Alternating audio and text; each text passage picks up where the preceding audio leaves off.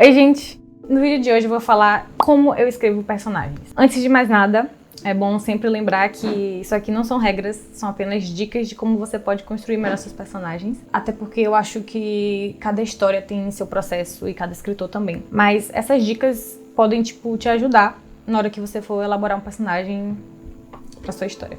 Os personagens, eles costumam vir muito naturalmente pra mim, geralmente é o primeiro elemento da história que meio que se manifesta pra mim. E eu costumo construir as minhas histórias ao redor dos personagens, então tem dois tipos de história, né? As histórias movidas pelos personagens e as histórias movidas pelo plot. Normalmente as minhas histórias são movidas pelos personagens, justamente acho que por isso, né? Porque eu costumo construir a história ao redor deles. Mas algumas dicas que você pode usar pra construir seus personagens são as seguintes. Primeiramente, um brainstorming de características.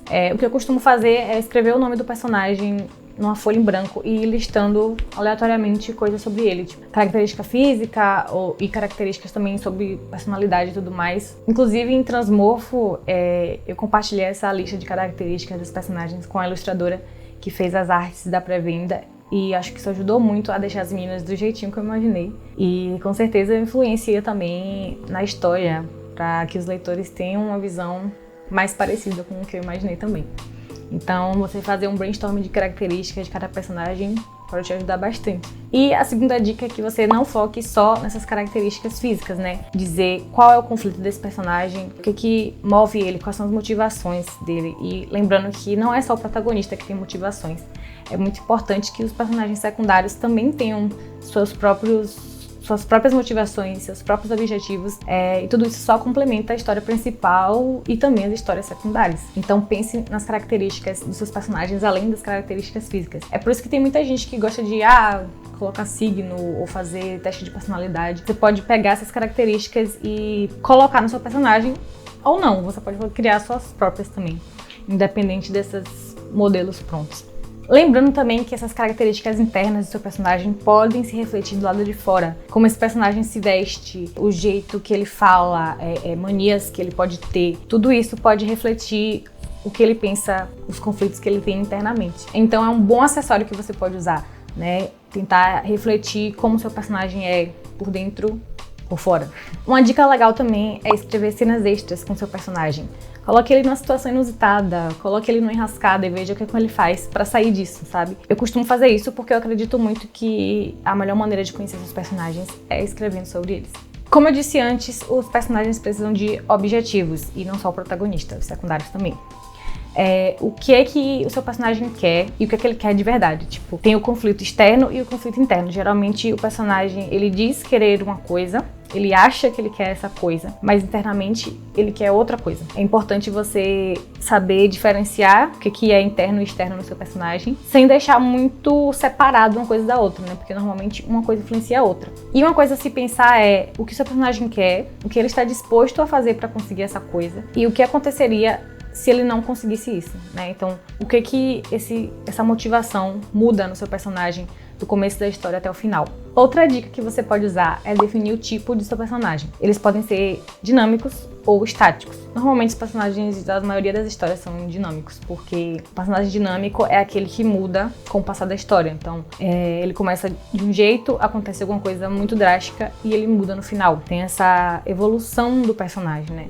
Geralmente, se você quer construir um personagem estático que não muda nada do começo da história pro final, você tem que ter um motivo muito bom para isso acontecer, porque as pessoas querem ver o seu personagem evoluir ou retroceder, né? A depender se ele é um herói ou anti-herói. E é importante definir isso, mesmo que você não defina antes, caso você não seja um tipo de escritor que gosta de planejar, que você repare isso no decorrer da história e vá ajeitando nas próximas revisões e moldando a história ao redor disso, porque é muito importante que o seu personagem, principalmente o protagonista, mas não só o protagonista, tenha essa dinâmica mesmo de mudar com o passar da história.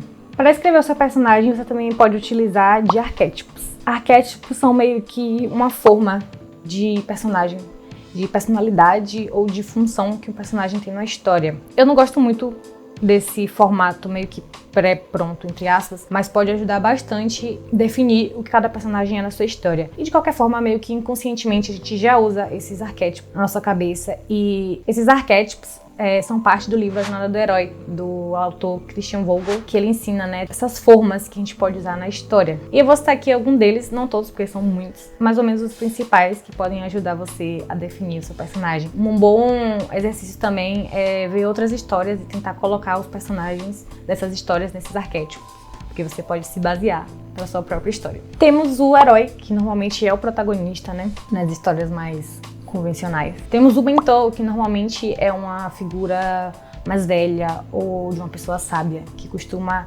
orientar o herói ali na jornada que ele vai enfrentar. Temos o guardião da limiar, que significa normalmente obstáculos para o protagonista, né? Ele tá ali para empatar mesmo. Temos também o arquétipo do arauto, que costuma desafiar e impulsionar o personagem a se mexer, né? Se mover na trama, porque se o personagem não se move, as coisas não acontecem. Ou, na real, deveria ser assim, porque as coisas têm que acontecer com o seu personagem, não ao redor dele, né? Então, na verdade, o personagem tem que fazer as coisas acontecerem e não agir passivamente na história. Então, o arauto, normalmente, ele impulsiona o personagem a fazer, a se mexer, a fazer alguma coisa, a impulsionar ele na jornada. Da mesma forma que o conselheiro, o mentor, o sábio, aconselha, digamos que na teoria, o arauto costuma impulsionar, literalmente, fisicamente, esse personagem a se mexer na história. Outro arquétipo muito importante é a sombra, que normalmente é o vilão. Não tem muito o que dizer sobre isso. O vilão é o vilão.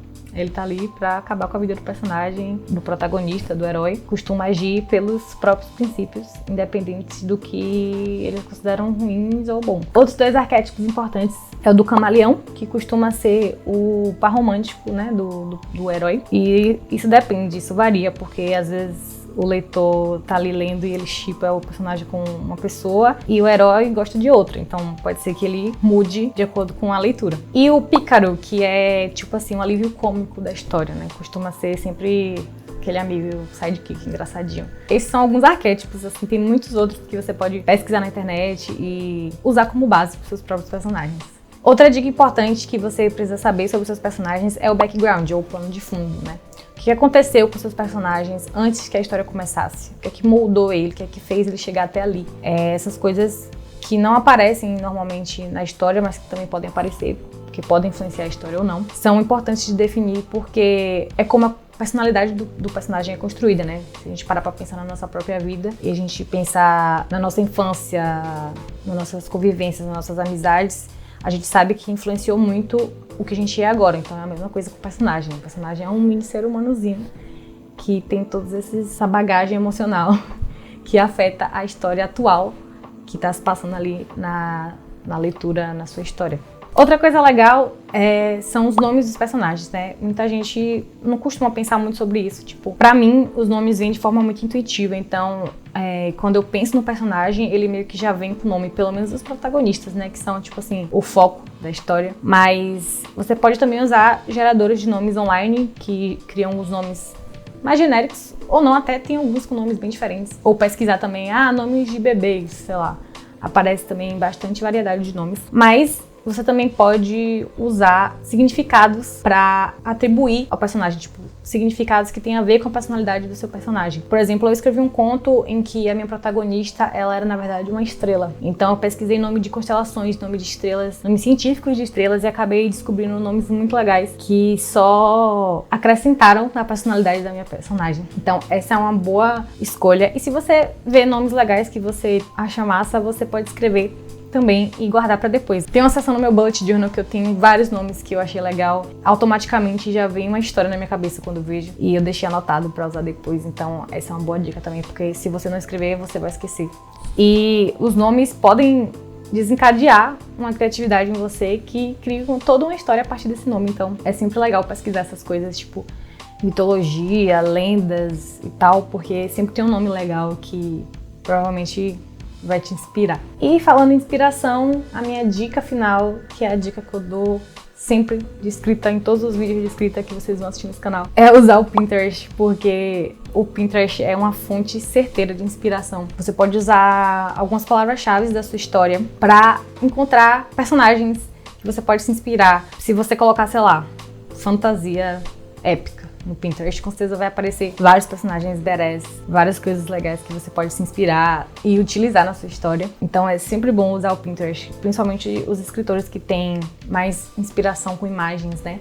Ver filmes, ver séries, ler outros livros, mas principalmente o Pinterest eu acho que é uma ótima fonte de inspiração para criar seus personagens, colocar características, principalmente físicas.